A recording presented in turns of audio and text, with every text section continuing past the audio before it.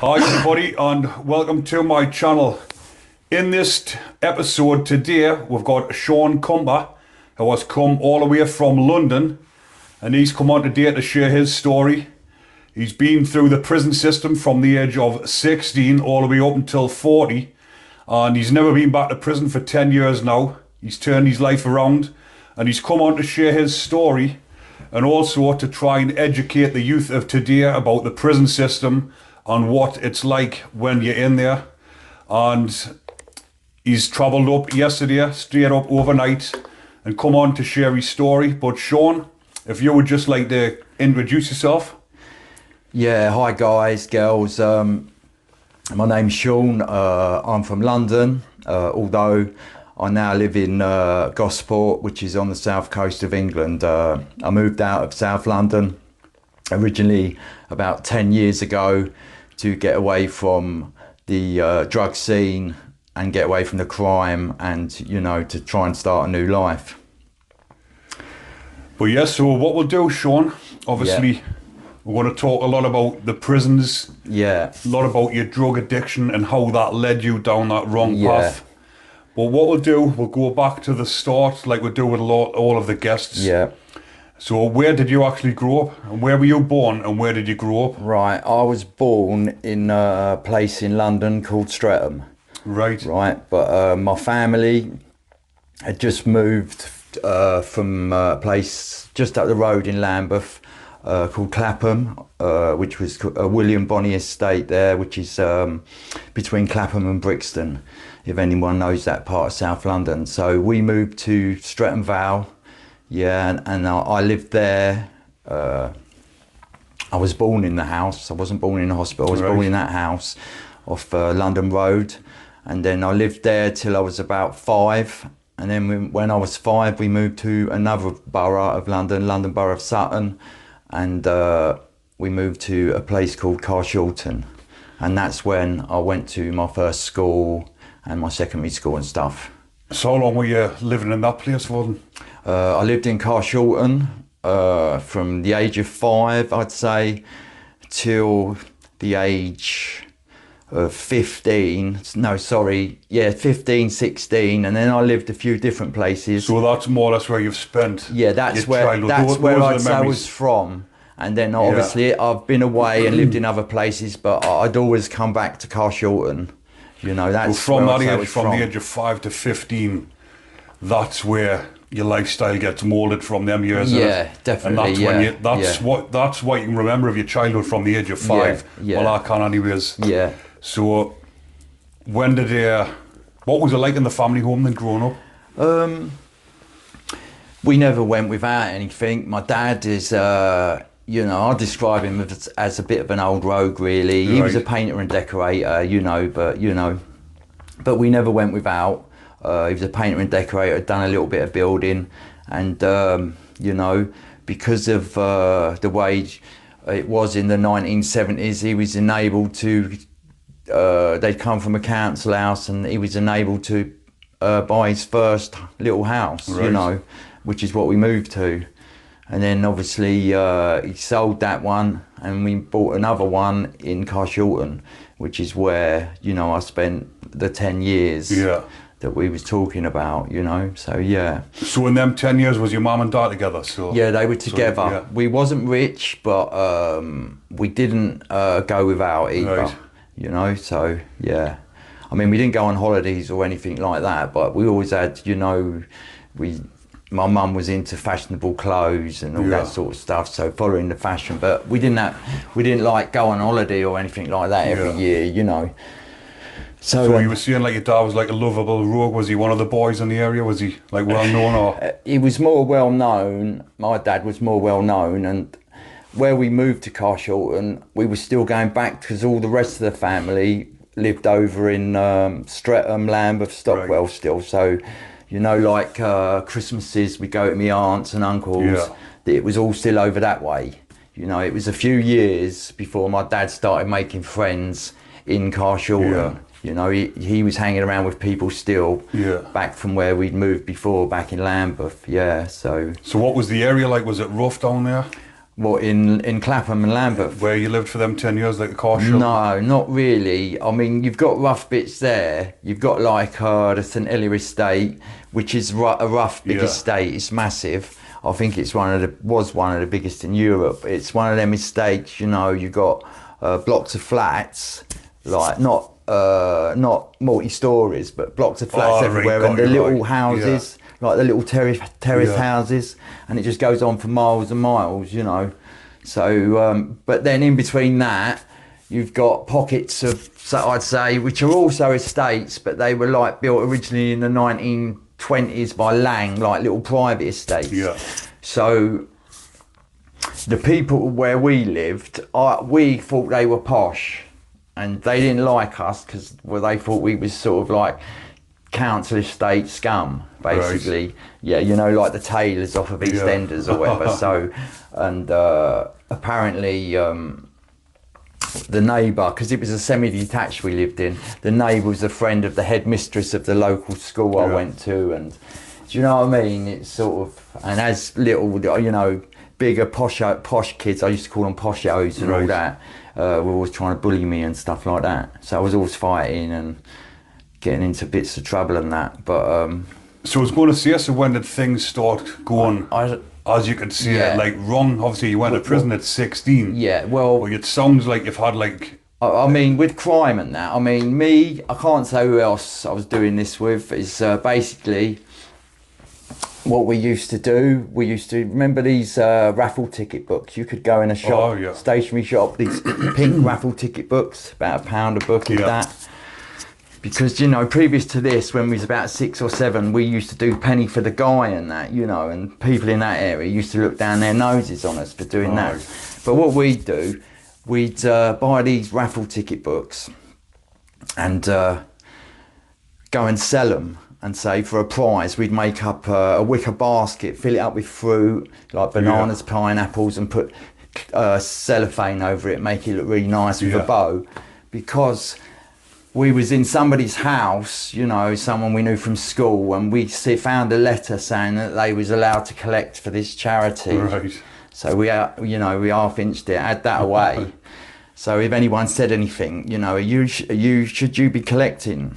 You're allowed to be doing this. And we show this letter, you know, and so did anyone get the prize, or did you just... No, we given the prize, but yeah, it was well worth it, because I remember back then was about 8 or 9, you know, on the street corner counting up the 50p pieces, because there weren't pound coins back then, and they'd be high, and a lot of them. And then also we also began out doing a bit of shoplifting, go up to Croydon to Whitgift. I mean, at 8 years old, kids ain't even allowed out at 8 these days, but the world was a different place then. And I mean, then we'd be nicking stuff like, you know, like records. Vinyl was still in the cases back then, and all that stuff. And CD, VHS tapes. Yeah, all that game, yeah. And sometimes we'd sell it for money, sometimes swap it for cigarettes, but usually you could buy cigarettes. You know, I think I first started smoking when I was about 8, but what you got to remember is I had an older brother who was like 3 years older than me, so, you know. It was quite similar. I started smoking at the same age, 78-year-old. But it's all to do with, obviously, your environment when you're seeing other people doing it as well. Yeah. I used to pinch my mum's or my dad's tabs out the ashtray and light them up. The same as that. My old man used to smoke the old roll-ups. And he sometimes used to only have a couple of puffs. So I just smoked that. I think I knew how to roll up when I was about 6. Do you know what I mean? But my dad, like he'll say now, he's got COPD and all that. But when he was a kid, all the films were saying it was good for you. They were saying it, you know, it helped you and stuff like that. But the world's changed. What about drinking and drugs? When did that come into play? Yeah. So what happened with me? So the drugs. No drugs really. The first thing, I think, when I was about 10, possibly, you know, a bit of Tipex thinner. Right. You know, what we used to do, we'd get the Tipex thinners and put it on a cuff at school, and then breathe it in like that. You know, and it's similar to like butane gas, like lighter fluid and stuff. Yeah, and then we used to get the butane gas, and you know, you put that through your teeth. Yeah, and you know, there's all different levels to that, but then the main one was the Evo stick, Right, so this is the Is that like strong the glue, glue? Oh, yeah. And then basically you don't you put your hand in your little plastic bag, you know, like one of them really cheap plastic Yeah. bags, dip out a blob of glue, then turn it round again and sniff it like that, you know. And a lot of people, they do that, and the initial buzz is like the gas buzz, you know, you're sort of rushing out on it.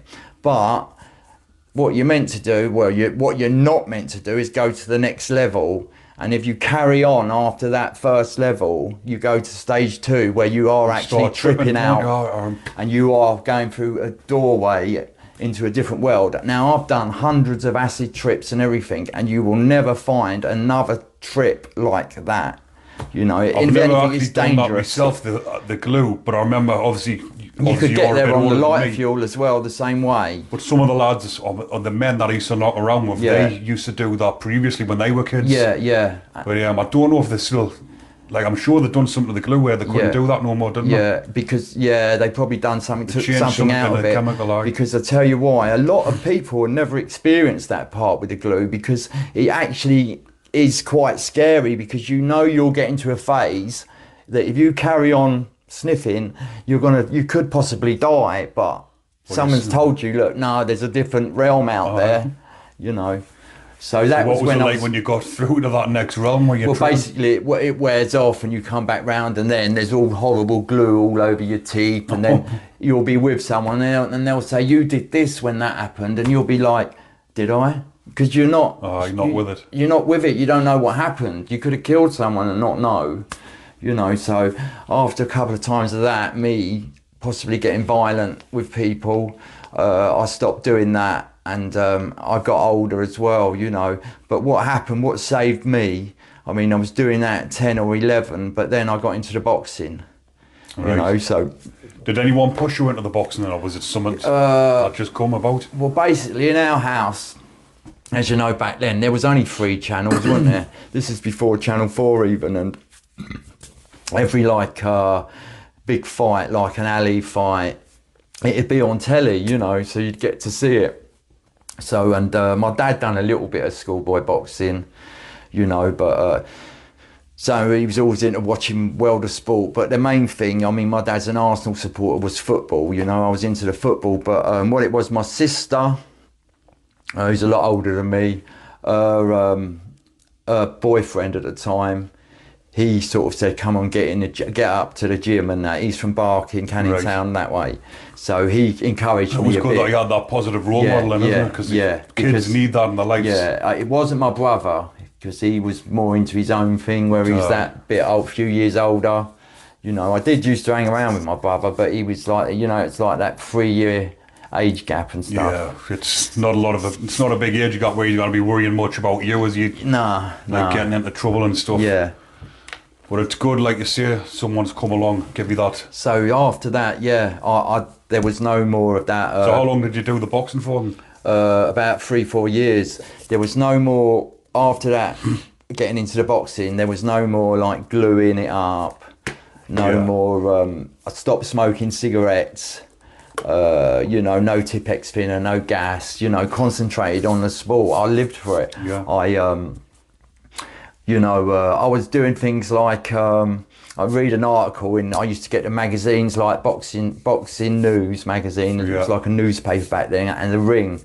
And I used to do things like, I'd read an article on Joe Frazier saying that he strengthened his hands by putting them in brine, which is salt water, and copy stuff like that. And I'd have all the boxing posters all over my room. So, and I was going out doing road work, and it was poor back then. I went to Rose Hill, and I did used to go into Hillcrest as well, which is shut down.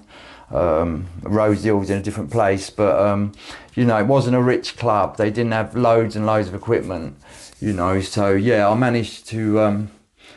So I only had about 15 fights, and was that in the ABS? Yeah, I was in the amateurs in the ABAs. I won Surrey ABA and South West London, and then I got beaten. It wasn't just ABAs back then, it was NABC as well. There would be 2 every year, which was the National Association of Boys Clubs. So you got 2 organisations, you know, one, you know, competing with each other. But so there was 2 big titles you could win each year. So basically, what happened was I won the Surrey counties and the South West London at Battersea Town Hall. So I won the ABAs there, and the next level is you go to Southern counties, and then at Southern counties you'll be fighting in maybe Midlands or wherever. And once you've bit one at Southern counties, you're in the finals basically to fight whoever. Right. And you must have felt good at that age, didn't you? yeah, and there all was that. a good friend of mine in the family that was there that year, and he lost, but he did win the next year in the juniors. And that year as well, Zammo out of Grange Hill was there, because he was a good boxer back in the day. Do you remember him, Zammo? No, I don't remember him. He's from, I remember yeah, because you're a bit Grange Hill, younger, yeah. Yeah, so so basically what happened, the night before the fight, I'd been up, we used to go up to the chip shop at dinner time at school, and there was this PE teacher, Mr. Francis. He was all right. He used to drive around in an MG. He looked like the singer from The Police, you know that band, The Police? Oh, right. And he had a fit French teacher, Mrs. and all that. He was sort of like the glam couple of the school. Yeah. But once I got into boxing, he sort of turned funny with me. I mean, I was really good at 100 metres, 200 metres, long jump, and they were my sports. So he went a bit funny on me. And this day, he's caught us up the park up the road from the school saying, well, you're not supposed to be up here. You smoking and all that. And I went, well, I don't smoke, you know, because I had stopped smoking and that, but I was there eating a bag of chips. So I said, right, the lot of yous, you're all in a detention. There was about 4 or 5 of us tonight. And for the life of me, I don't know why I went to that, because I was still at that stage where I wasn't full blown, didn't care, you know, that come a little bit later. And basically I went to the detention, which was at the gym, straight after school, and we had to do bunny hops, you know, right round this big gym. Right. For about 2 hours he kept us there. And, you know, by the morning I could barely walk, you know, and when Don Taffarelli come to pick us up for the fight in the morning, we drove down to Hastings in a minibus from London, and I'm ready to have the fight, you know. And I said, I can't even walk. And he said, but you've already beaten this geezer. You know, you've done him before. Yeah. You know he's no good. He's not brilliant. And but I could hardly walk. I said, no, I can't fight. And I pulled out of it. So, and then what happened after that, I had 3 fights. I don't know whether it was because I lost 3 fights on the top one. Them all. The next fight I was in the London Championships for the National Association of Boys Clubs against Spencer Brinair, who boxed for England a few times. His brother Justin, and Justin was the better of the two, and Spencer would tell you that himself. And he beat me in the London Championships. And then I had 2 fights at the St Helier Arms. It's like a notorious pub in Carshalton where loads of people have been murdered there and stuff like that. They've knocked it down and all that now. So that's where there as well. And I got beat there twice. But both of the people that beat me were both champions as well. So what age were you now? By this time I'm 14. 14, yeah. And I could have been 15. So I'm not sure. But the last 2 fights, but I shouldn't have been fighting them.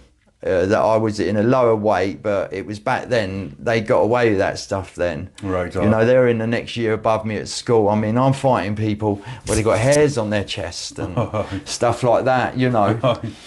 And the second to last fight, I got knocked out, but when I looked at this guy, he looked like a giant to me. I was like, what? How can he be the same size as me, the same weight category? Because I was only fighting as a light flyweight, which is barely 8 stone. That's 7.5 stone. You know, so. And then what happened back at school, there was an incident at school. Was in the dining hall, and there was an incident over some food or something, or someone said something to me. This guy that I know, I won't say his name, but we weren't enemies or anything like that. So basically, he stood up to me, you know. He got up and stood up to me. So because we're in the dinner hall eating, I picked up the food knife that you eat with and stabbed him in the throat with it. Right. And then I just walked out. I pushed the table over. And was it one of the metal knives as well? Yeah, it's a metal knife. Yeah. So did you draw blood? Did you? Didn't hang around to look. Possibly would have drawn blood. But what happened was, I walked out, and then you got all the sort of teachers and head teacher. They were all in there, and they all sit in one corner. And when I was walking out, I said, "What you fucking looking at? Go and have that." And walked out the school. So because of that, I was meant to go to that Farney Close in Sussex, which is right out in the country, what you'd say, what would have been called an approved school. It was a boarding school, but I didn't attend, because what I started doing was hanging around the squats, and there was one just up the road from the school, and I started going in there and staying in there, you know, and I did get one last contact from Mrs. Dudley, the truant lady, and all that, saying, "No, you can go to Garden Hall," which was like, you don't have to go to Farney Close, well, you go Garden Hall, which was more like a supervision centre. You didn't do anything, you just played pool all day, smoked fags, and that was it. And by then, I'd actually fully moved into the squat now. And so what was the squat then? Was that just a... It was just a place, a squat, where anyone could live there, but obviously you had to know somebody that was there already. You couldn't just turn up. You know, it weren't like... I thought you meant like a squatter's house where someone's broke into an old house and you're living inside of it. Right. Now, this is the thing. Back then, you know, like what they call crack houses now. Yeah. Yeah.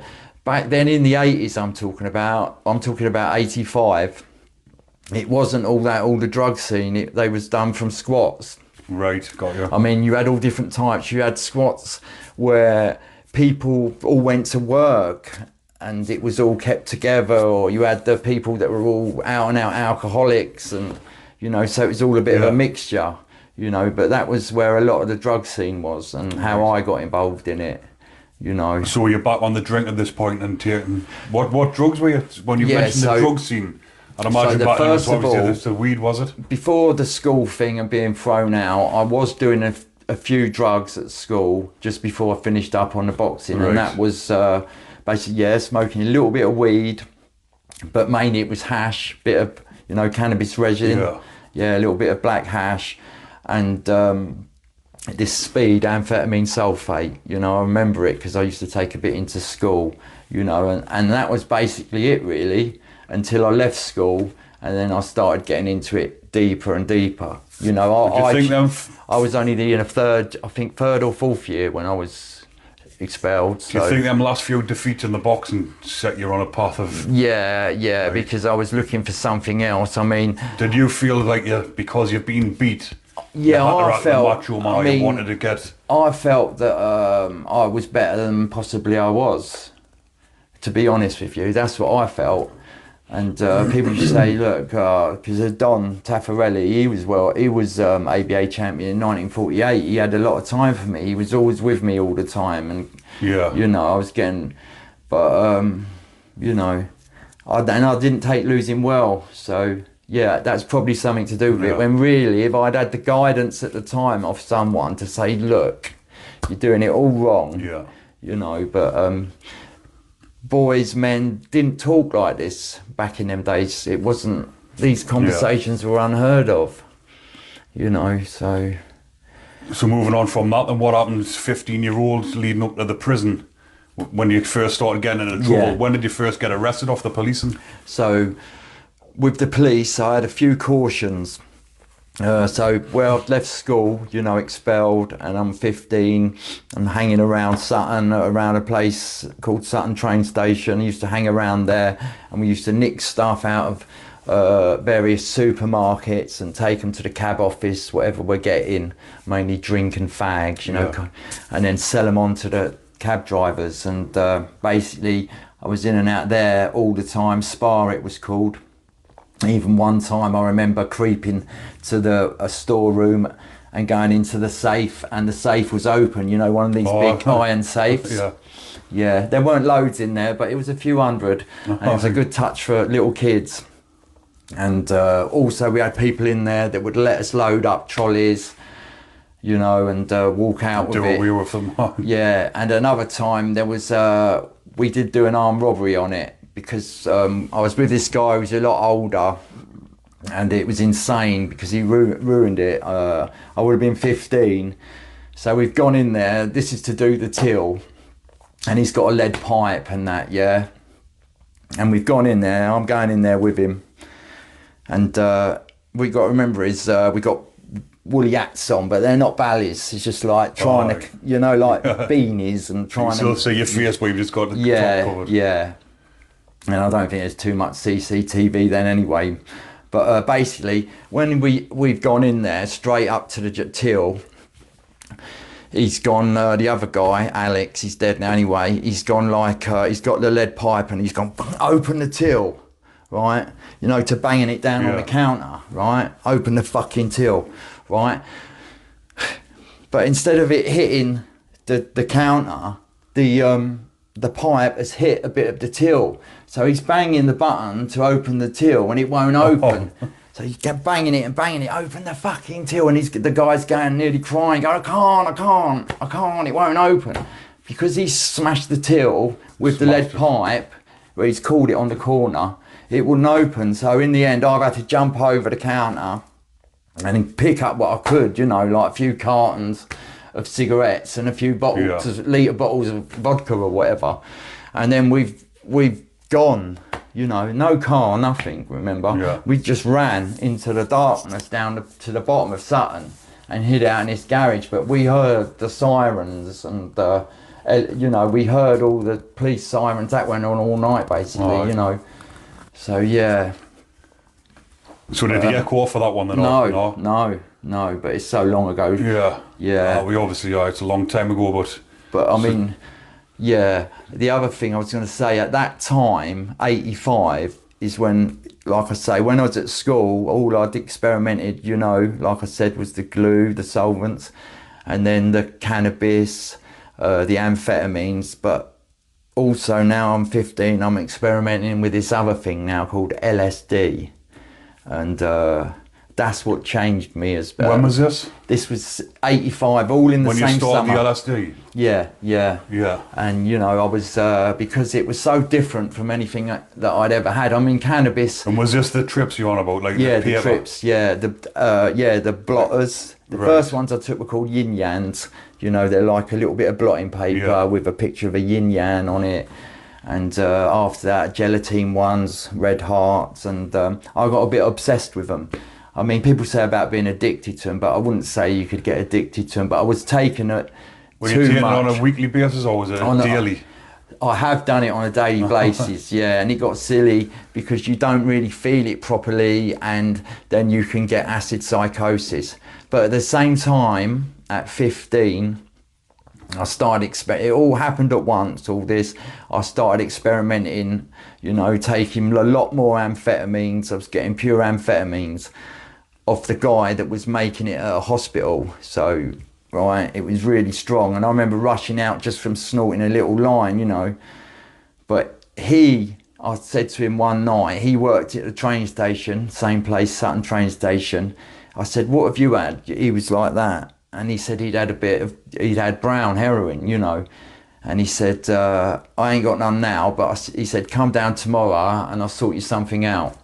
Because I was like up for trying anything. So the next night, Ian, his name is, I won't say his second name because he's you know, his relatives are still alive, but he died a few years ago. But so yeah, we've gone down. And basically, he's had a smoke of this heroin, but he sort of left me the fizz. And when I've smoked it, I really like the sort of taste of it. It was nice, but to me, it didn't really do much. I was thinking, basically, he hasn't given me enough, you know. So the next time I had it, I was living in a squat. I'd moved to this squat in Sandy Lane in Wallington, up near Roundshire Estate. And I had a girlfriend now. I'm still 15, she's 19, Lisa. She was like 4 years older than me, but she was like a punk, you know, like that sort of. Yeah. And I had a bit with her. I saw who she got it with off, you know, the guy came round to the squat and we smoked it on the foil and yeah. So what It was that really like? Good. good. Fucking 15-year-old It was really good. I felt it. taking a drug like that. That's a massive, powerful drug. Yeah. For someone 15-year-old. Yeah. So what was when you For first me, had that smoke, chased that dragon? What was it like? it was good. What was that instant hit like for you? I was gouging out, obviously, you know, because it was a good bit of gear, and she was running it for me. I didn't even know how to run it then, you know, and basically, yeah, I was gouging out, and then after that we went and done a bit of shoplifting, you know, all chilled out, all calm. It's like being in cotton wool and that, but yeah, it was strong. But the funny thing was, so this is the 2 times I've had it, yeah. The next time I had it, which was just a matter of days later, or whatever it was, days, it might have been a week later, I went to a pub. I was going to a pub, not with Lisa, with a couple of other girls that she knew, and the guy that I see her get the gear of, Martin, turned up at the pub, yeah, in Surbiton. This is in southwest London. And he just come out from doing a 7-year sentence for supplying heroin and that, and he said he's going for a drive. He's got this new van. He's going for a drive. He's got to go over to Mitcham, right? And he said to me, do I want to come? You know, I've only said hello to him a couple of times, but he knows I'll go out with Lisa as my girlfriend. And I went, yeah, I'll come for the ride, yeah? And his nickname at the time was the Angel of Death, because the heroin that he was selling at the time was so pure, it had killed so many, so many people have died from it. That's why I was giving him the nickname, the Angel of Death. So basically, I've agreed to go with him. So basically, it's pissing down with rain. You know, we've driven from Surbiton to Mitcham, which is not far, you know, in southwest London. It's only like 2 or 3 miles, if that.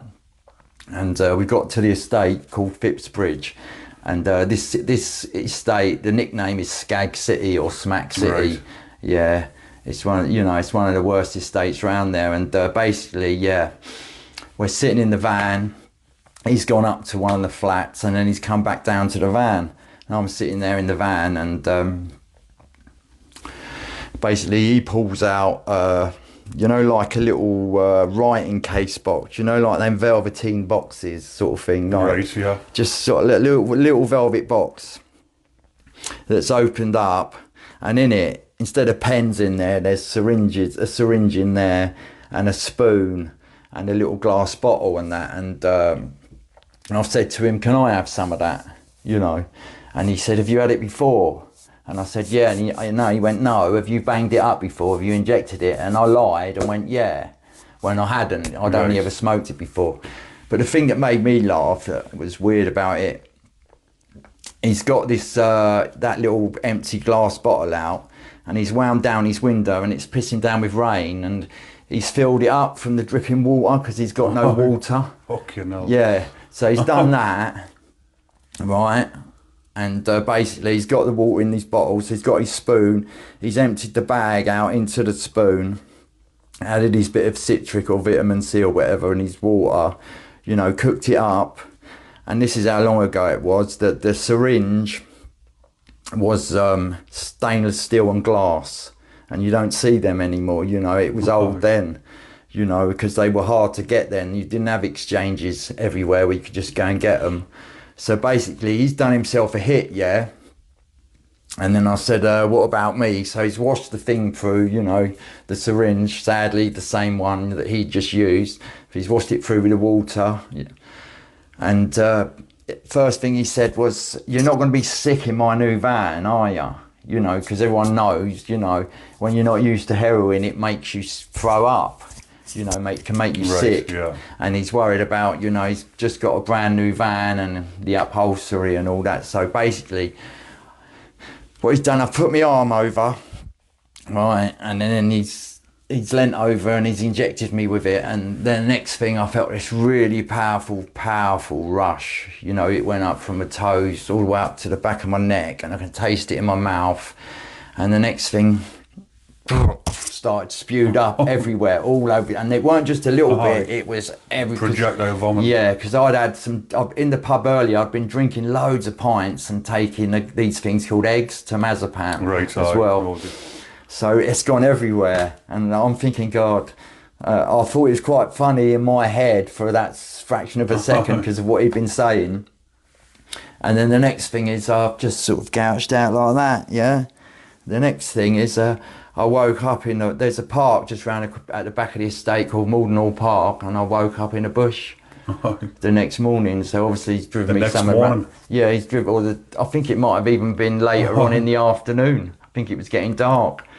So I know it was a long time I was there. So basically he must have driven me round the corner and dumped me there. Did that experience put you off then, or did it? Not really. See, I used with him again after that, loads of times with Martin, yeah. Because a 15-year-old... It should have done. Saying something like that. I mean, when I was 15-year-old, from the age of 11, I was smoking weed. Yeah. I went on to whiz, pills. Exactly, yeah. Coke. Yeah. But I never touched heroin. There was groups of... Yeah, like other groups that were taking that were doing it. But I was in that mindset, like, I'll look at it as yeah, but there's them two different things, isn't there? There's like, you got the people now, it's like they sell the sniff and the weed, whatever, but there's no gear. Do you see what I mean? And then you've got the other lot doing the brown and white, like the heroin and the crack, you know. Because for a 15-year-old to, like, but it was seen as dirty, yeah. It's like it's a massive thing. It's not something that... Oh no, it's a lot big of people, thing. like... Obviously, talking about like your upbringing, like it seemed like you've had like a decent upbringing. Yeah, but that's the thing. And a lot of people go on to it and do it because of childhood trauma and stuff. But yeah, but I wasn't. Were you not trying to escape from anything, or were you just? I wasn't abused or anything. I just enjoyed it. Yeah. Because obviously, I think it's a danger thing with me, wanting to sort of live like on the edge, a danger thing, and I wanted to be more grown up than what I was, because at the age of 15 I wouldn't have looked 15.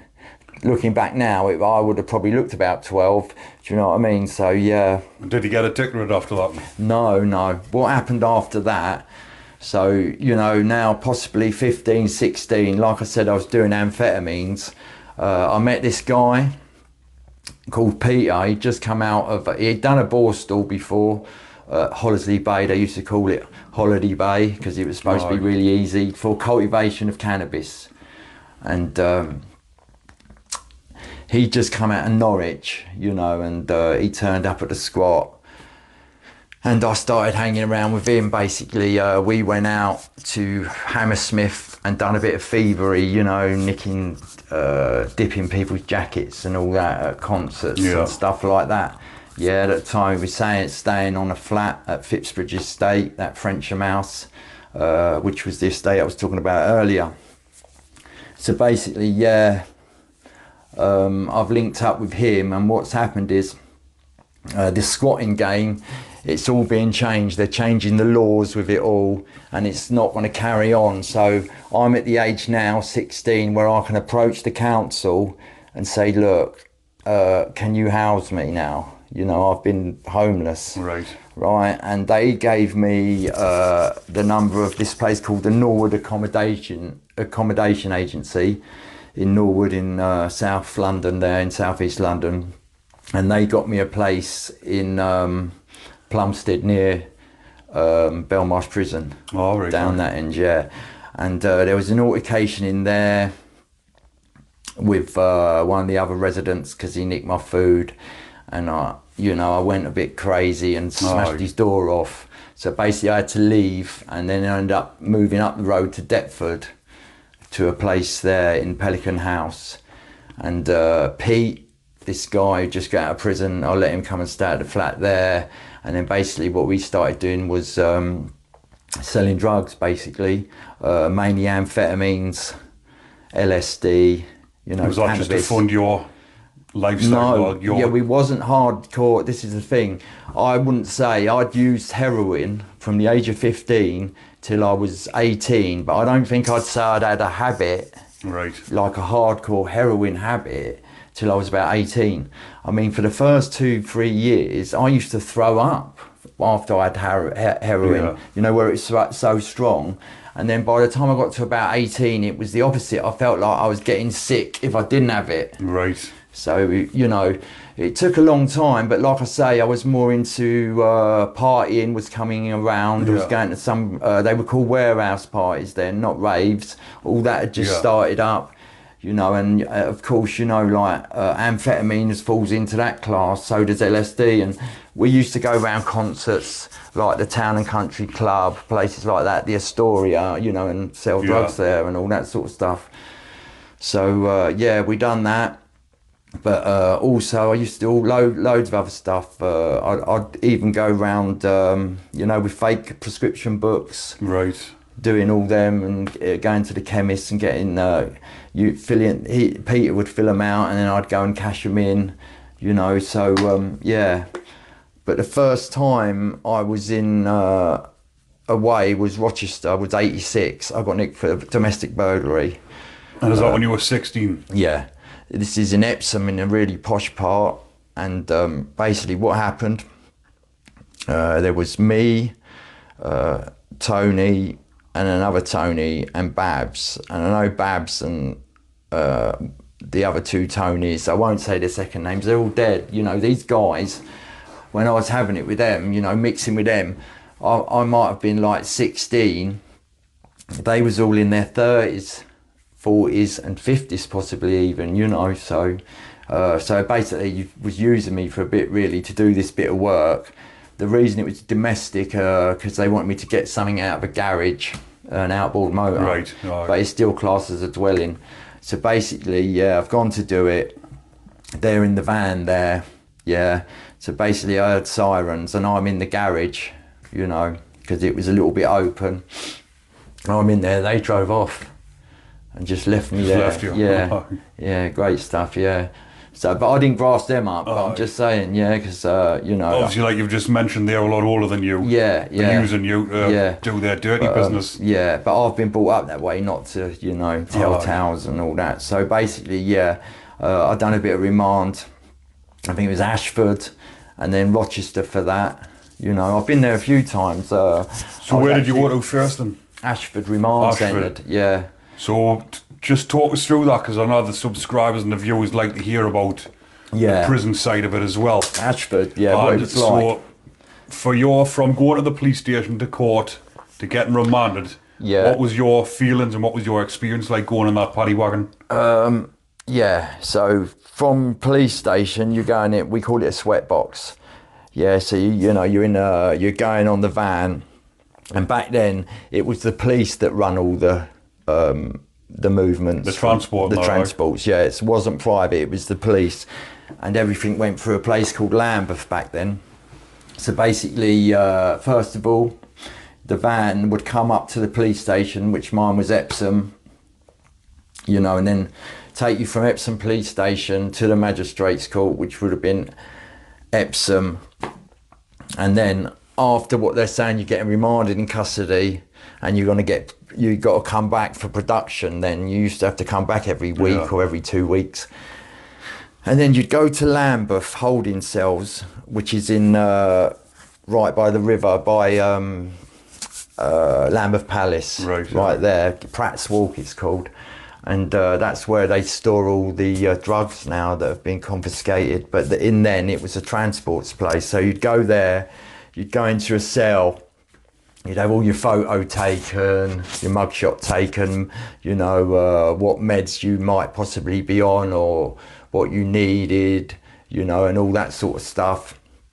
And then there'd be all different cells with all different names of all different prisons on in chalk, you know, on the chalkboard. And the one I went into, I think it could have been Ashford that time, or it would have been Rochester, but Ashford, let's say it was Ashford.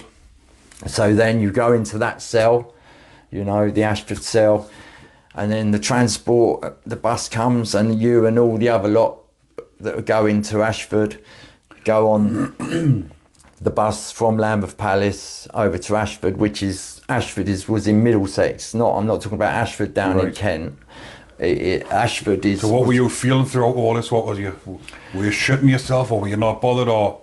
I wasn't shitting myself, to be honest with you. I knew loads of people that have been away. I've been hanging around with people that have been going away since the 90s. Something you were expecting them? It's something I was expecting, yeah. Definitely not shitting myself, and definitely knew that's the worst thing to be like putting out there. Not that I'm giving it a big one, but if anyone's trying to make eye contact with me, you know, I'm going to be like, you know, of course. I'm not going to put my eyes down. Like, it's the worst thing you can do, you know. Rochester was terrible for all that shit. But yeah, the thing about Ashford, it's all corridors and you don't really see. I was in my cell most of the time. Was it singles or was it? I was in a single. It was quite a big cell. And what it was, you had a dining hall there, but you could bring that back into the cell. And basically you were out, you know, for your meals. You got that opportunity to mix with anyone there. There was one guy that lived literally in the the children's homes. I can't remember. He lived in a children's home. I can't remember the name of them, but they was Bernardo's. Right. Lloyd. Yeah, my mate Lloyd Thomas. He was there. He went like that hello to me, you know, because he was a few years older. I mean, I was probably 16, he could have been about 21, but I'd known him since I was a kid. Even though we weren't friends, we weren't enemies. Yeah. But through the time I was there, I don't even think it was that long, I never got any grief. And it could possibly have been because of Lloyd. Yeah, I think so. Did you see much trouble in there then? I'll be honest with you, I was in my cell all the time in Ashford and didn't see a lot of trouble. Because I know what them young offender prisons like when I was in and all that. Like this was more like this was a remand centre. Right. It was specifically, but going on to other Rochester, which was, you know, you had your remand bit there and convicted wing, you know, people and J-Yard and all that, judges remand, and you know, you get a lot of trouble there, you know, with Ashford Remand Centre. It's no, you're doing this sentence and that sentence, because no one's been sentenced. It's a remand centre. It's just like that. I mean, over the road you had Feltham, and they had the old Feltham, and then they've built the new Feltham since, the one that's still around now. But I've been in there as well a few times, the new Feltham, yeah. But the old Feltham was a ball stall, but obviously I would have been too young for that. So. But yeah, the next time, 86 again, I smashed a window in a pub. And yeah, funnily enough, I ended up going to prison for it. I know you wouldn't think that now. So how long did you get for that? I think 3 months or something it was. And was it the same then? You had to do like half time? Yeah, 6 weeks. So I went to Ashford, but yeah, I remember in there, it was sort of like, they were all like ex-army, you know, they come around in the morning and you had to have a bed pack still, even though it weren't ball stall. I mean, it was the first ball stall, but they still used to go, you've got to stand at the end of the bed with your bed pack made and all that game, you know. And if you didn't, you'd get a nicking and all that, you know. And I've seen people, kids bent up and all that, a lot of them self-harming in there. When you got your razor, you got one razor a week. A guy'd come round, it'd be like, you know, the old bus conductors, they had them things they wore with the numbers on it. He'd have one of them and it'd have a little enamel plate and a hole with a number on it and a razor in it. And to get your razor, you have to get the razor off the screw and you've got to give it back intact to get a new one each week. Do you know what I mean? Because, yeah, because of the self-harming, making tools. Another time I was in there, you had a TV room, you only got association. I think it was once a week, maybe once every 2 weeks. And I remember some guy, it was what Top of the Pops it was back then. And I used to like watching that. And I'll be sitting here and then because there are these chairs, you know, them plastic covered chairs with the wooden legs. And he was in front of me and I was coughing going, because I've always had a bit of a bad bronchitis. And he turned round, he went, "Did you put your hand over your mouth?" I said, "Yeah, I did put my hand over my mouth, mate." You know, but basically he's looking for a fight. Any small thing just like that. Yeah. And you know what I mean? But yeah. So did you get it on? Did you have a fight with them or was it? No, I just left it at that because I stood up to him. I think that's what happens, isn't it? Yeah. it's always the best way. Even if you do get an iodine, I've found is always stand up to bullies. Do you know what I mean? Yeah. But yeah.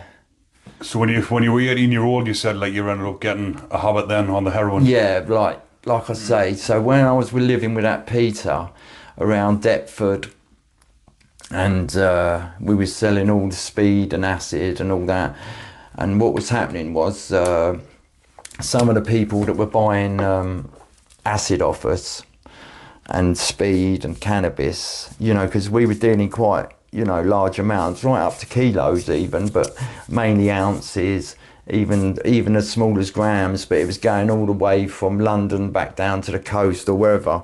But some people that were coming up to buy amphetamines might also be selling a bit of brown and that. So basically, you know, we trade one for the other, and we got into it more and more. Yeah. So basically all the other drugs like the acid and the speed and everything else really sort of went out the window, and the heroin started to take over. You know, because where we was living as well, there was a front line in the Old Kent Road in southeast London there, which is just round the corner from Deptford, and also on Deptford itself. I mean, back then you could just go and put money through a letterbox and the gear would come through, you know. I know, it's crazy. Crazy, isn't it? Yeah, and then what changed everything as well, again, in 88, the crack came along, you know, because no one had heard of crack before. Of course, before that, people could buy powder and wash it up themselves.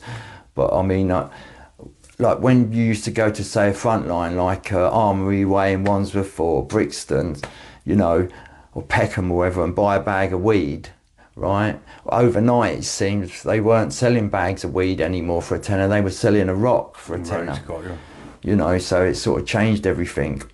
So were you taking both at that time then? No. What happened with me is I carried on with the heroin, and a couple of people I knew had been taking crack and that, but I didn't first try crack until about 89, 90. I didn't have it as soon as it came. Right. I noticed a couple of mates. I see it on the rise, you know, people asking me for a tin can, or back then people used to make pipes out of a plastic bottle with ash on it and tin foil. Yeah. They'd be in my car looking, I thought they'd taken my dog ends, and I'd say, what are you doing? You don't smoke dog ends, it's dirty. And they'd say, no, I want the ash. So I'd seen it on the rise, but then by the time I was about 20, and I'd still been doing whiz, and I was heavily on the heroin. And but basically, yeah, that's when I first took crack, you know. But the first time, I injected it. I didn't pipe it the first time, and then injected crack cocaine, Yeah. And the rush, I will say, it was nothing. It was quite. There was some rush, you know. It was heavy. What was a rush? It was like up from the toes, but like a rush inside, like it's hard to describe, like a warm, lovely rush going all the way from the toes, all the way up your body, like you could feel everything all the way up to your head. But then at the time, I'm standing in my mate's kitchen on the Ravensbury estate there, my mate Nicky, and I was saying to him, oh, this is lovely, I've never known anything like this is lovely. You know, for having a rush and that, and I was puking up at the same time, but it wasn't a nauseous puke, it was, you know. And then after that hit, I had a hit of brown, and then I went to sleep. Because two different are the ones and upper, isn't it? One's like a donut, so it's So then what I started doing, I just used to do the two together, and it's a speedball. So what happens, you have the crack and the heroin together in one, you know, you cook it up together, you draw it up, you have it in one syringe, and then what happens, you get that rush and it goes up, and then it goes down and up and down, up and down 4 or 5 times. Isn't it? You're very dangerous. It's the easiest way to die. But like I say, you know, I mean, that was years ago as well when it first came out, you know. I mean, a lot of the gear now, as far as I know, you know, years ago when it first came out, the fact that it was washed up meant that it was pure. You know, that was the free base. But now they wash it up and they repress it and do all sorts of stuff. And then there's that other stuff that goes around. What's it called? Chinese magic. So at the time, obviously, when you you're involved in drugs, you're going to prison. Yeah. What about your parents at this time? What were they like? Right, my parents, they come and visit me, yeah, at Rochester, Feltham, I think they was there. They've always come and visit me and stood by me. Maybe for other reasons, another time we could go into that, another time of why they've always done that. High Point, it's not just local jails near to where I live, they've been all over the country to visit me. Right.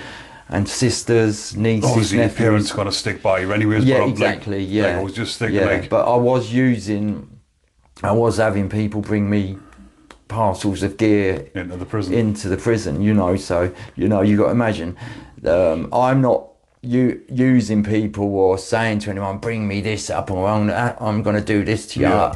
I'm not that sort of person. I was in a network of people where I had friends that would do that for me.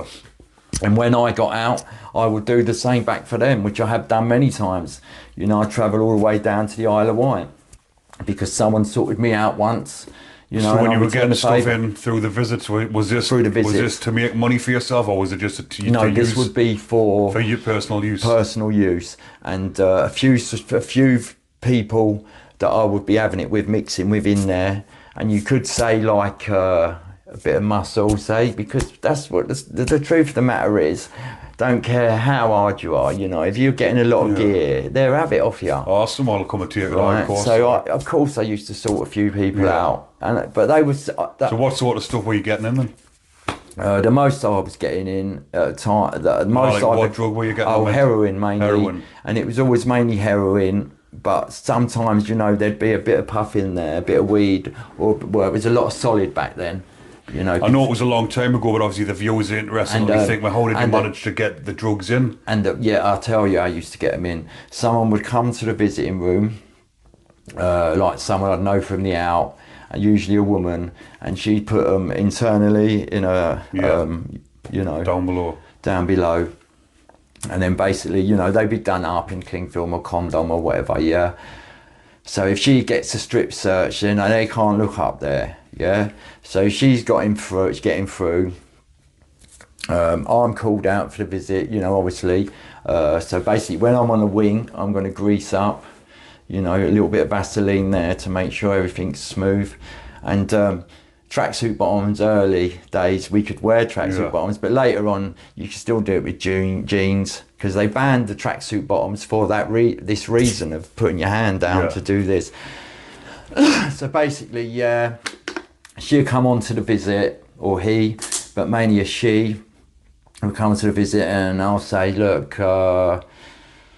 depending on whether I feel sick or whether I want to get back to the wing quickly, or say I feel all right and I want to have a little chat, I say, go and get a couple of coffees or whatever, you know, and bring them back to the table. You know, you've got your table, depending on what it is. Sometimes you'd have round tables like this. Sometimes you'll have the square ones with the line through the middle, But depending on if it's a woman, basically, she's got plenty of time. You know, she's getting the coffees, we're drinking the coffees, opening biscuits. She's going to get that out of her vagina, you know, she'll leave a towel on the condom. You know, something where she can just pull that out of, She's going to put it in her mouth and you're going to kiss it over her, or she's going to pass it over to me. And then I've got that in my hand still, and I could have it there like that, and there could be a screw stand in there or anything, but you got to keep calm, because you know what they're like, they watch you like hawks. And then usually, depending on what way the eyes are, you know, if there's an eye behind, I'll put it down that way, down the front there, and which will go all the way under and into your bank, you know, into your Aristotle, into your bottle. Or if you think you got eyes from the front, you could do it that way. That's why they got rid of the tracky bottoms, because it was so. But with the old loose jeans and all that, it was fine. Because you used to have to wear the jeans, and then you have to use a shirt. Tucked or you used to have to have the shirts tucked in, didn't you? But you weren't allowed on a visit if your shirt was hanging out, or if you pulled it out. But I mean, a lot of the time I've been lucky, because high down and Downview, I live is on the manor from where I'm from. So, and I will be honest with you, when I was saying earlier to you about that club, my dad used to sort of work. He worked as a steward, you know, doing the bar and the barrels, Yeah. and as a secretary, handling the money and that on British Legion, which is like a lot of ex-services men go in there. Yeah. So because Downview and High Down were new prisons back then, 92 they opened, a lot of the screws were thinking, oh, there's a Legion here, we're going here, not realising that there's also a couple of crooks that go in there as well. So, you know, I never wanted for anything like Backy or anything. There was a screw, you know. Aye. My old man would speak to one of them and say, look, can you get that to my boy? Give it, either butter him up in some way or other, you know, so yeah. But I will be honest now, I didn't have any of them doing it for drugs. Yeah. Yeah, and there was this one guy who used to do it for us at Downview. He'd take it out, the old man, the pouch, the 50 gram pouches, he'd open them up and put them in an envelope. You know, so when I'd see it, I thought, yeah, well, at least, you know, it's still currency. You know, I could still trade that in for something else. Plus with Downview, my mate, Johnny, who I was banged up with, Johnny Cummins, sadly, he died because of the drug life. His mum, because it all became outside caterers, she got on the she was on the outside caterers in Downview as well. So, you know, that was always handy. So what was Downview? Was that a why you were offender still, or was that the man's jail? No, that's a man's jail, but right. You've got like a complex up there. You've got HMP High Down, which used to have ACAT status, and they lost their ACAT status because there was a guy died, you know, on transport was meant to be going to Belmarsh. Yeah, and there was a lot of trouble over it, and they lost their, I don't know if you know the story, but they lost the ACAT status over that. Right. So, and Downview was the CCAT, which is just over the road, literally. So what was that like for them being in the man's jail compared to the young offenders? Well, I prefer the man's jail, to be honest, because of the stupidity and the way it's a lot more lively, the young offenders aren't, and you get the man's jail, it's a bit more, but you've still got all the mad eyes running around, haven't you? But I think it was, I can't remember what year it was, I have done a video on this one, but in the House Block 2 in High Down, I think it was 96 or maybe 97, we used to call them the CBeebies was the nickname, because they had the YPs there, the young offenders. You had 2 spurs, were normal, you know, grown-up men, and then they had 1 spur for young offenders. But they used to do this in Belmarsh. You'd have 2 spurs, normal cons on House Block 1, I think it was, and 1 spur for sex cases. Yeah, and these fuckers, the sex cases in Belmarsh, they made a complaint because we was looking at them and jeering at them, and they got all plyboard put over the bars at the end of the spur, painted white so we couldn't see them. And that's fucking mental, isn't it? But back to High Down, what happened was there was this Romanian kid, I think he was 18, 19, and apparently his family were meant to be quite big in sort of gangsterism or whatever, but and he had all the stuff around him, you know, nice stereo, whatever he wanted or whatever, and this is on the spur adjacent. Obviously we're not allowed on there because, you know, we're grown men, but 2 or 3 of them, I know it was definitely 2 of them, but went into his cell and they fucking raped him, mate. Did they? Over the bed, yeah. But what, the Romanian lad? Yeah, they raped the Romanian lad, yeah. And the 2, at this time, no, this was 2003, because I was going to the Old Bailey for trial, and they was on the same bus because they were swagging them out of High Down and sending them to Pentonville to get rid of them. And they was pissing all over the bus floor. No need for all that. What, the 2 that done it? Yeah, yeah. So they were sending them there to go to Man's Wing, yeah. So that, I thought they call it starred up and all that, but yeah, they probably would have put themselves on the numbers up on there as soon as they got there. I was going to say, doing something like that in prison, obviously it'll come back to haunt them. Yeah, definitely. They'll get their own prison justice for doing what they've done. That story of staying there forever. And yeah, I have seen another time, another guy from Islington, Terry the Barber, and he used to cut my hair, but This is back in the early 90s. I think it was Belmarsh. He got pulled in over an allegation of something like that, but I don't think anything happened about it. But it did used to go on. They reckon in the 80s it went on a lot. A lot more. Certain, it was more of a gang thing, like we're doing this to you, to punish you, because of what you've done, or blacks doing it to whites and whites doing it to blacks and stuff like that, Yeah. Look, you don't really, obviously nowadays you don't really hear much about stuff like that, but No. it still does actually go on. Yeah. But a lot of the time, all the stories that I've covered was stuff like that as well, especially like the murders in prison. Yeah. Normally always happens on the VP, the sex offender wings. Yeah, that I've seen them. That in Highdown, it's like all the gay shit and all that. I mean, I've had some trolls on my channel giving it about, been selling your ass on the wing. I don't respond to them, but I feel like saying, you fucking idiot. Yeah, imagine, I'd come and say that to my face in real life. Well, you always get them trolls that say stuff like that. But people do that, but it's on the VP unit. There used to be one called Polly in Highdown, because they had the one spur there for them, and she apparently, used to see her in it.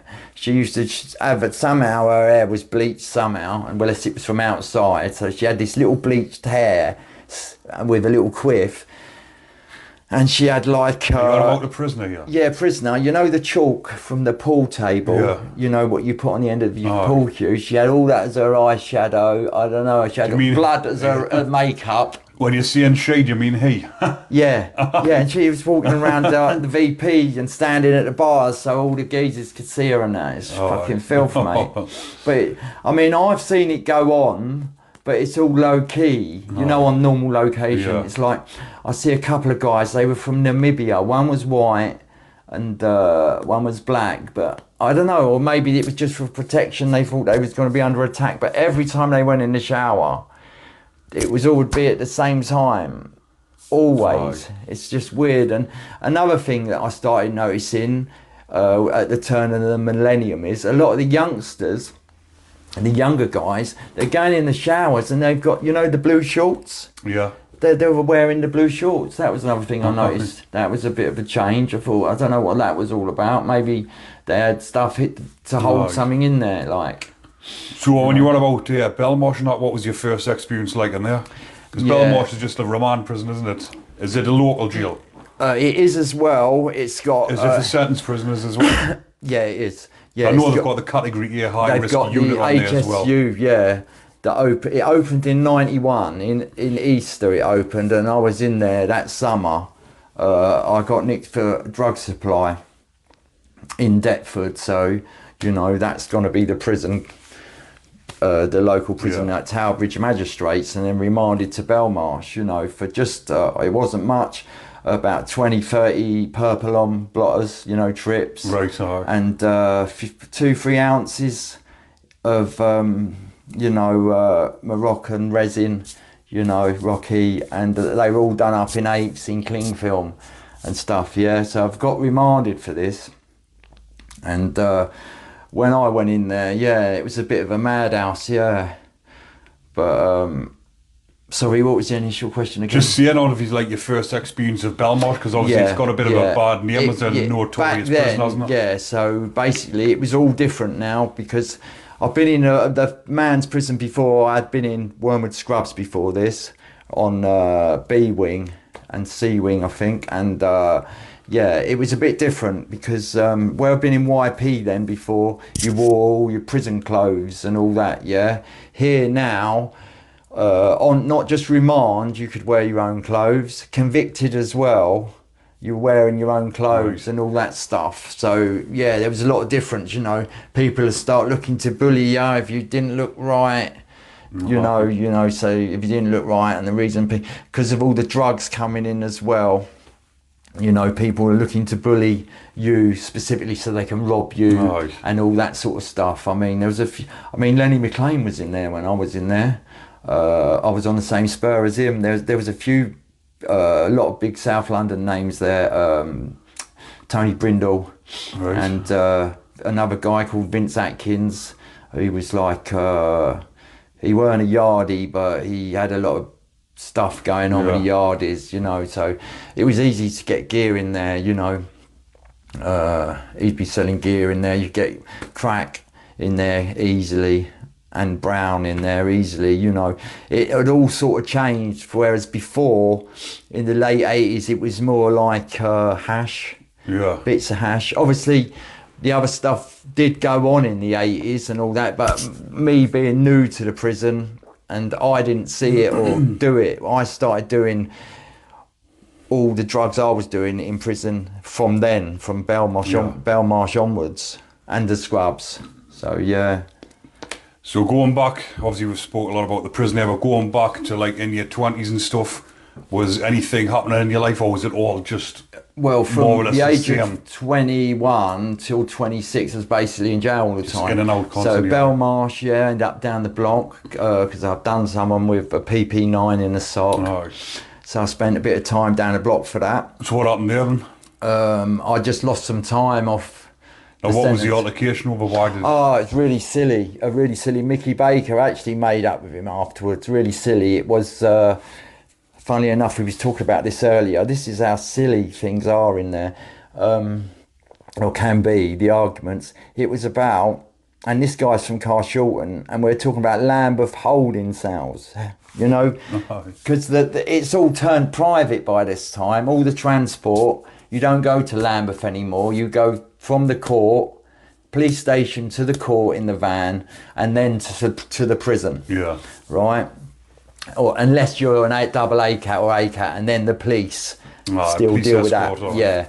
But so he's saying, yeah, Lambeth and that, it's on the north side of the river. And I'm from South London. All my family's from Lambeth for generations and generations, yeah? And I said, Mickey, Lambeth holding cells, it's in Pratt's Walk, SE1, right? SE1 means South East 1 because it's in South East London, and 1 is it's the central part of South East London.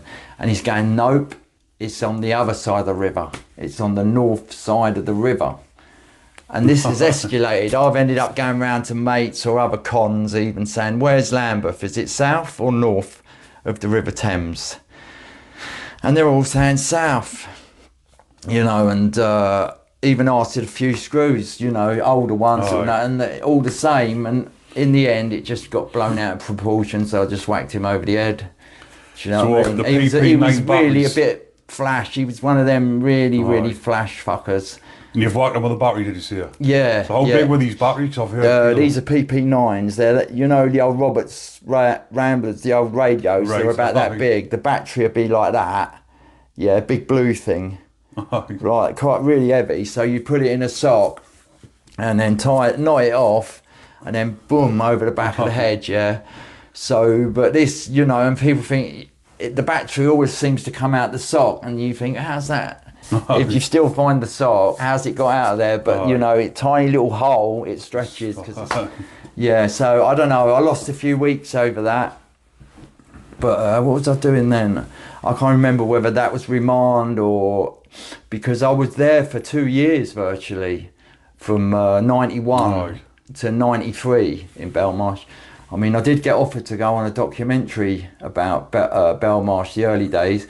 Recently, but then she said she didn't want to use me in the end, but I was a little bit upset. Was that for the HMP Belmarsh documentary? Yeah, but it was the one she's talking to me about. She said it's just about the early years. Oh, right. It's not the older days. The older days, yeah, when it was first built. Right. Because like I was saying, you know, from the day I went in there, it was a few months after it opened. The HSU had been built, was in operation straight away. The only thing that wasn't was the tunnel.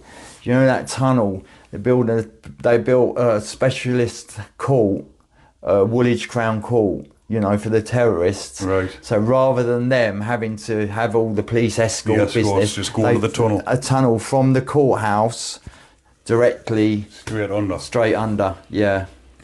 I just imagine it goes straight under to the HSU. Yeah, I mean, I've seen the HSU. I've not been in there, but from some wings in there, I've been on every house block in Belmarsh. You can see, you know, the visitors going in and out in these little electric golf cart type things. because they're visitors. They all have to be on the Home Office list. Yeah. You know, they can't have any. Can't have them convictions. in the normal visitor room, can they? They've Yeah, got to be on the, no, on and the as units far as and I all that. know, with forgetting drugs in there, I don't know how they do it, but you wouldn't be like, say, how I did it, Aye. because they're all on closed. It'd be closed Yeah. visits, you know, with a perspex or glass screen and that. Yeah. So you know, but then there's loads of ways. If you know, a lot of them are powerful people, aren't they, in them places? Have people on the payrolls bringing stuff in Yeah. and all sorts. When there's loads of different ways. Isn't there? Yeah, I mean, I met Russo, a Russian mafia geezer, in Highdown, and yeah, a lot of them big time gangsters, they're just like businessmen now. They Yeah. come across. They don't seem to, you know. It's like a lot of people seem to think the ones that are like they come across like a thug or the Aye. big gangsters, but they're not. It's all just Aye, bollocks. That's it, aye. So in your late 20s, going into your 30s and everything, is what's happening in your life roundabout then? Have you had any relationships along the way? I know you Yeah, mentioned so we'll talk right, about what earlier on. happened? Yeah, so I got out in '95, but what had happened in High Point in '95? This guy, Chippy was his street name. He had a sister, and because he sort of knew me in there, he didn't know me, and he knew where I was, what part of London I was from, and he said, "Hey, you know," he come up to me. Even though he was one, this is before, him and his little firm actually tried to rob me, but that's a different story. But he said, "Oh, I've got a sister called Sharon," and told me her second name. Obviously I won't say that, and because he knew I'm going out on a home leave, and he said, "Could you find out and have a look for her, because she was in care and I want to reconnect." And in my head I thought, fucking hell, who's this geezer? He could be anyone. He could be in here for raping her or something. Do you know what I mean? And I said to him, "Listen mate, what I'll do, I'll try and get a message to her. I do know who you mean, because I'm from that area," but she did actually go to my school, you know, because my school was a shit school. So, but I didn't tell him that. And I said, "I'll see what I can do, but I've got a lot of other stuff I've got to do." Because when you're going out on a home leave, everyone's going, "Can you pick this up for me? Can you get that?" You know, and half of it's bullshit. Do you know what I mean? It's all just crap. And so, yeah. So basically, I'm out because it's right where I'm going to my parents these 3 days, and I've knocked on her door, and it is her brother, this guy. And I said, "Well, what do you want me to do then?" She said, "Oh, give him this," and she gave me a picture of her daughter, right, to give to him back in the jail, right? So, you know, this is my first 3-day home leave, and she said, and I bought some hash off her as well. You know, because that's what she did. She was selling a bit of hash. You know, I had to go and get my own parcel out, sort my own parcel to take back, you know, because I owed people in there, you know, where I've been bailing bags of heroin and I've got to pay it back. Yeah. And so basically, yeah, she said to me, "Oh, you can come, you're welcome to come back and stay the night if you want." That night, yeah, so, which I did, you know, so I stayed there, shagged her. You know, blah, blah, blah. Yeah, I know. Right, you've got to remember, I've been away for 5 years. So, yeah, do you know what I mean? So I've done that. Obviously, when I got back to prison, I didn't tell him that. But, yeah, so basically, yeah, I've gone back to the prison with my parcel. I bought some hash off her, which I owed this geezer called H. And when I got back, I had to sort him out first. Do you know what I mean? I said, "Can't you wait? I've been using the brown, it constipates me and I can't get it out." And I remember at High Point there was loads of bods waiting, queuing up and all that. I ended up saying, "I don't know what you lot are waiting for. I don't know any of you. None of yous have ever given me nothing. I don't know what you're waiting for." You know what I mean? Like it's a bloody... I've seen it happen before. Yeah. You must have, expecting something fucking high. Yeah. So I've sorted H out his thing and then got on with my thing and that, you know. And then the guy, Chippy, he's on the painting, decorating course. And I give him the picture and said, "That's your niece," you know. And But basically, he was always sort of after a bit of brown off me, you know, poncing all the time, you know. So did you go on to start dating his sister then? Yes, that's what happened. So the next thing it was, the last home leave, you get a week before you go back, you know, and then you finish your license, because it had changed. I had parole on the first sentence. This sentence, you go out and then you're on license for the whole half of a sentence virtually, or whatever, on top of what you've missed or whatever. So I've got out for a week, and I went and stayed around there, and it was the start of just a terribly bad relationship both ways, you know. I mean, we need to get this straight. First of all, I think in the past she'd all be the one that says, oh, he's got me into this and all that, but no, before I even sort of hooked up with her, I knew her from school, but not really much as a friend, but she'd already done time for selling coke and all that, you know, so yeah, I wasn't the one that got her into anything, you know. So how did that go? Did you last long, or was it? No, it didn't last long at all. So what happened was she got pregnant, and with Callum, my son, who's 26 now, she got pregnant, but because she'd had so many gaffes in London Borough of Sutton and they'd been used for selling drugs, they wouldn't house her anymore. You know, they just said, you know, go and you have to get the money and rent yourself. We're not having nothing to do with you, you know. So basically, you know, I'm saying, you know, I thought you was on this injection thing. She has this contraception injection that lasts for 6 months. Right. And she reckons, you know, maybe it didn't work properly and all this sort of stuff. And there was always men in and out of the house. And so basically she was on the game, you know, as far as I know. But that was confirmed to me a few years later by social services. Right. But I sort of knew, but didn't want to know at the time. Didn't want to believe it. Yeah, so basically what happened was they wouldn't house her, but they'd give me the house because she was with me. She was pregnant, and they'd give the house to me and she could stay there. Right. So it was temporary accommodation, and then it was on to this other place, Roundshire Estate, a big estate up that way. And then she gets a phone call saying, oh, I'm moving over to Chippy's to Stephen, her brother, who she has not seen her whole life, and her mum, and we're setting up happy families, and she went over there to Leighton. Right. And then, so then I wasn't with her anymore, so it was all a bit, and then loads of things of mine went missing, and as she went, and some gold, and yeah. So you ended up going your separate way. Yeah, but I did end up, because she had the baby, and then you know, I did keep in contact with her and helped her out, and then ended up having another kid with her later on. Even though the doctor, when I took her to the doctor said no, the doctor told her to have an abortion, which she wouldn't do. I said the same. So, you know, that's 2 kids now that don't talk to me. But then saying that, they were put in care in 2003, and so I never see them since they were 6 or 7. But then I saw my daughter when she's 16, when she was no longer in care. She phoned me up, and I've seen her twice, and obviously she was just asking me for money all the time, basically.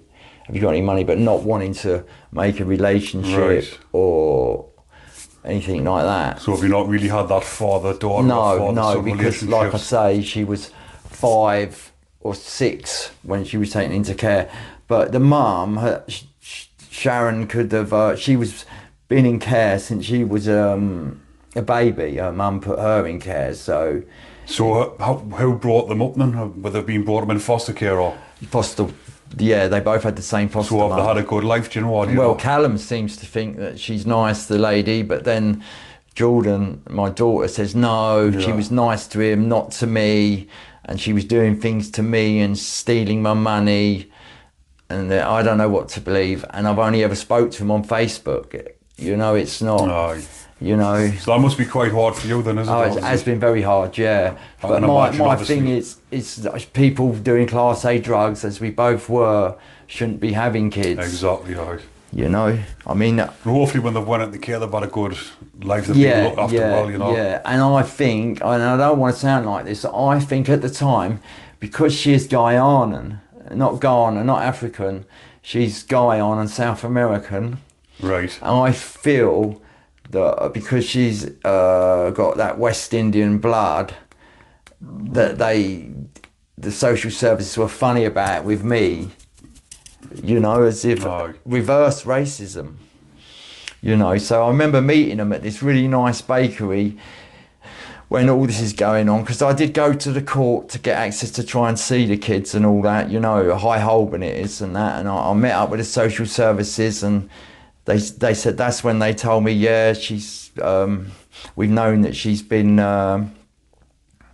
working as a prostitute since she was 15, 14, and I thought, hold on a minute, if she's been doing it since that age, you know, you should have done something about it, because, you know, she's underage. Exactly. You know, and all that sort of stuff. So, and she's a fantasist, so, but I knew that anyway, you know. But yeah, there's loads more to all that, obviously. But hopefully one day you can maybe rekindle the relationship, because it's never too late. Yeah. But like I say, I've said to him, I have spoken to him this year, but it seems a bit more like I can't keep just giving them money, because I haven't got any money. You know, I'm only on, you know, universal credit myself. You know, so, you know, I've got loads of health issues due to all that sort of stuff, you know. So leading up to your last time in prison, then, how old were you? Were you around about 40? Did you say your last time in prison? Yeah. So was there I got nicked for an ABH. Did you have like a moment in prison, or was there a moment in your life when you thought, this life's not for me no more? I've done my time, I've done my jail. I want to move on with my life. Yeah, I think it wasn't so much the last time in prison. Although, yeah, it had changed quite a lot. Or had you changed before that, or you were in the process of changing? I was in the process of changing. So jump forward to when I was about 42, and I met this woman who was a drinker. It was always like heroin and crack with me, and Valium, although I did occasionally drink, you know. Yeah. To come down off the crack or whatever, but I've met this woman, a good-looking woman, and she's a drinker, and basically I've started drinking as well, and that last couple of years, people beating me up, you know, taking advantage of me really, because I had some bad health conditions. I thought my liver was failing and all that, and basically it was a pancreatitis is what I had. You know, and it was really bad, and I couldn't get no diagnosis, because they're saying, you know, you're a drug addict and it's probably constipation. So, and then, you know, people take advantage, you know, people that probably didn't like me years ago have decided, you know, well, he seems a bit weaker now, and we'll give him an iodine and that. So, you know, that happened a couple of times. So, you know. Is this what made you change over? I think so, yeah. To be when you've took an iodine and you can't even get up to fight back or something, you know, and it's more than one person even, you know, it just takes it out of you. So when you were drinking, when you went on to the drink, were you still using the other drugs, or was it just the alcohol? No. What happened was, when I went on to the drink, this is 2012. 2012. What it was, I'd been on prescribed benzos, you know, like diazepam and Rivotril for years and years and years, and they suddenly said, we want to take you off them, you know, and basically it was hitting me hard, you know. It was hard coming off them, and then she had the bright idea of saying, you know, well, drinking goes to the same part of the brain, if you drink it, it'll help with it. All right, to a tiny extent it did, and So that's why I went out on drinking, to try and replace a replacement for another drug. Yeah. You know, like I think the word's cross addiction. Yeah. But I was still doing crack and heroin. Right, I mean, I wasn't really selling for myself by then because I was in such a bad sort of way. Basically, I had this little council bedsit on St Helier Estate in Carshalton, and basically I was waiting for the rehab to go to at Millview, and I was waiting for this place. There was an emergency waiting, and basically what I was doing is doing a bit of running about. I was letting shotters come in and sell, you know, some guys from Clapham and girls. They were sitting in my house, and I'd do a bit of running, you know, and that kept me going until I got, you know, a place in rehab, you know. So what was that like in rehab? So Did rehab work for you? it sort of did and it didn't, because I was on... Anything, if it only works, I think, if you want it to work, doesn't it? Yeah. I mean, I'm not yeah, talking about just rehab, yeah. I'm talking about changing your life. Yeah, If you want yeah. to change your life, Yeah. it'll not happen until you actually want it. Yeah, what it was with me, I had a lot of health issues. Like I said, I had the pancreatitis, you know, which eventually they took the gallbladder out. But I don't know if I could show you this. On my leg, I nearly lost my leg, you know. Oh, friggin' hell, Yeah, that was from, that actually started in prison, all that. And what was that? Well, what happened, it was, I was in prison and I banged the leg on, you know, in the hospital wing, they're bolted down, the steel legs of the bed. All right. And I was having some sort of, they keep you in the hospital wing because, you know, I just got in there, so I'm under supervision, you know, before I can get the medication in the morning, which would have been Subutex. I think it's 2003. So that opened it up, this injury. And basically they wouldn't do anything about it, and it just got worse and worse. But it's not just from that, you know, otherwise I would have sued them or something. It was because I had been injecting in the groin area, you know, because what you got to remember is where I started out injecting at 15, you know, them veins don't last forever. They're all just gone, my hands, and, you know, so, you know, yeah. But this is another thing, the reason why you wanted to come on as well, is to educate people and let people know. Look at, how old are you now? You're 50-year-old now. I'm 54. 54-year-old now. This year. And and I've all got these things you've got to live with because of your life, because of your drug abuse. And that's a bit right. I've done millions, right.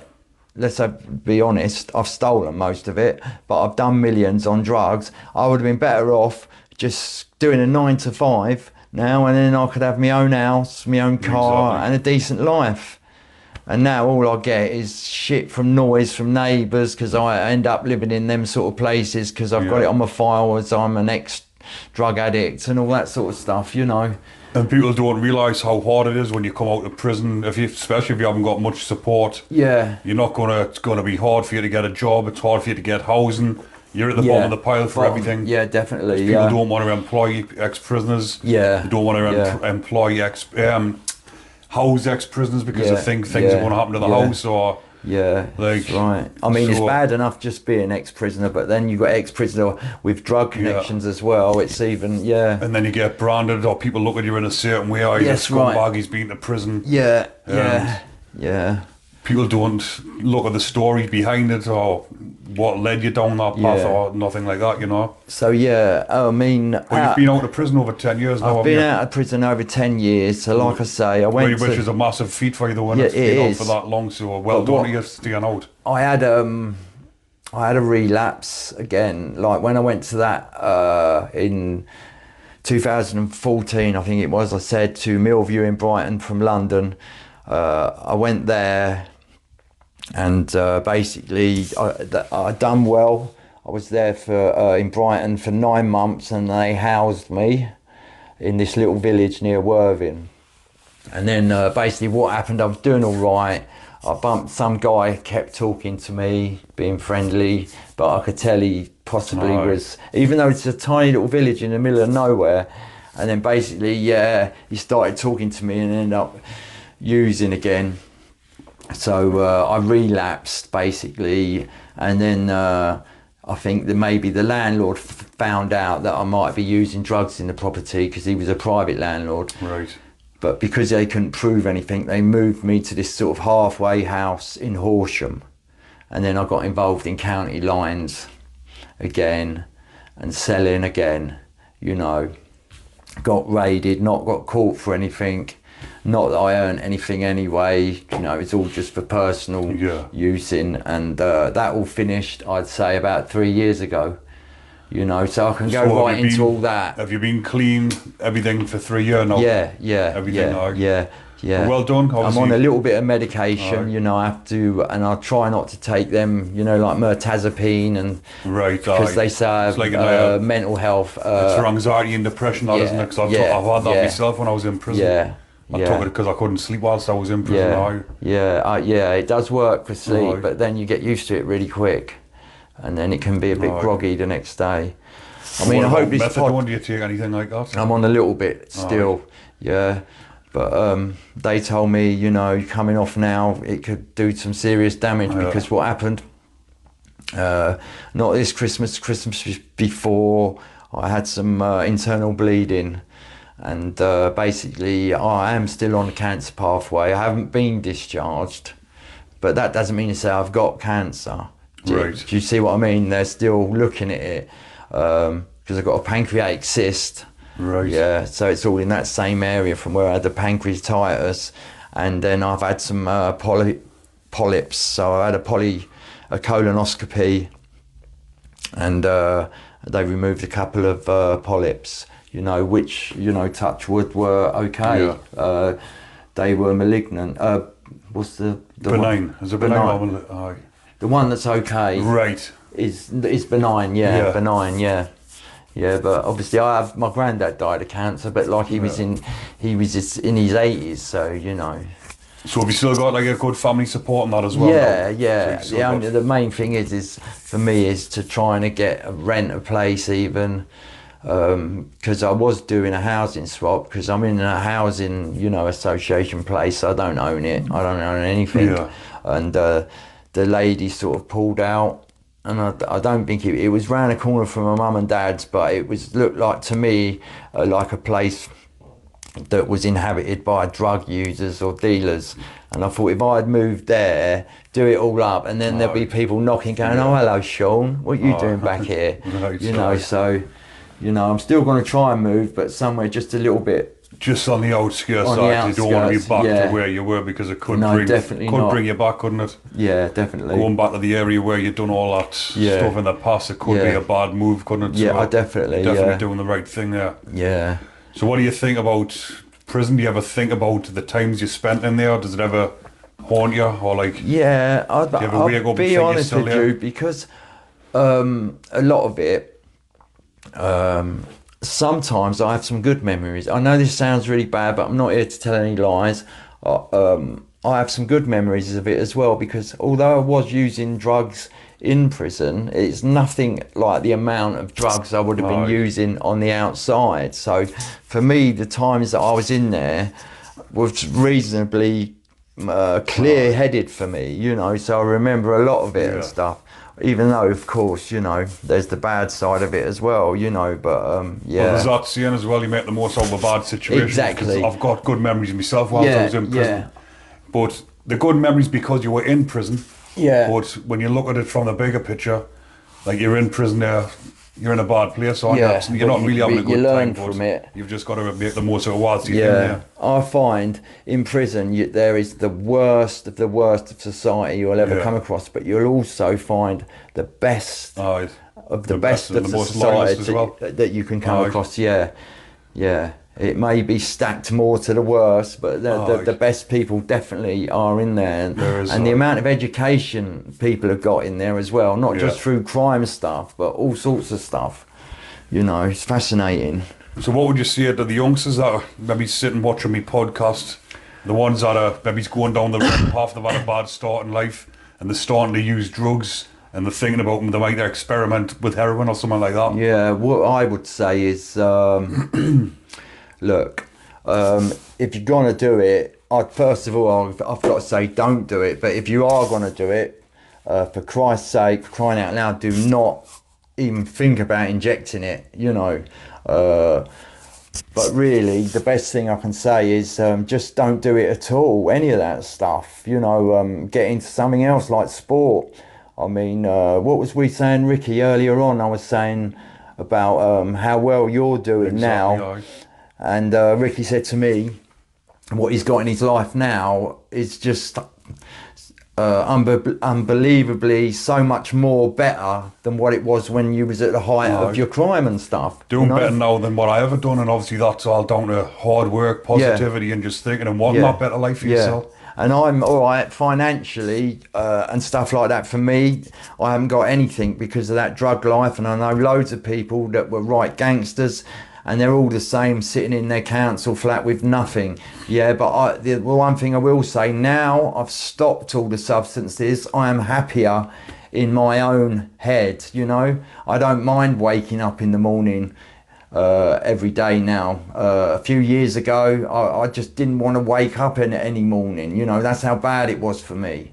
It was another day of this shit, you know. At least now I just enjoy maybe just going for a walk, you know. Just the simple things, innit? Just the simple things, yeah. When you're not drinking, because obviously I've been a heavy drinker and everything and that myself in the past, but once you haven't drank for months or took anything and your head becomes clear, everything just seems... Everything's better. Like you say, you wake up happy on a morning. Yeah. Even going for a walk or even a run in the countryside, that's a novelty. It's lovely, isn't it? And it does get easier. The longer it goes, it gets easier. I mean, I had to learn everything again. It took like over 2 years, you know, just normal things, how to sit in a social situation and just all sorts of stuff. It was like all my balance went, just, you know, I couldn't even exercise properly. It's just... had to relearn everything, couldn't even read a book, couldn't concentrate, you know. And that's all that abuse. All these things when you're younger that you think's big and clever, like getting into crime, taking drugs, does nothing but give you a bad life, because later in life you're suffering with your mental health, and it's all to do with even smoking weed from a young age. That's it got a lot to do with anxiety and different things and depression. Yeah, that super skunk can cause mental illness. Yeah, definitely, yeah. But is there anything else you would like to add, Sean? I just want to say thanks for having me, Ricky, and I've had a lovely time coming up to Newcastle. I'm pleased you've come up to share your story, because this channel is all about meeting different people from different walks of life. More so people that have been to prison, they've come out. You've been out for over 10 years now, which is a massive achievement for yourself. You're clean of drugs for 3 years. You've come on, you've shared your story.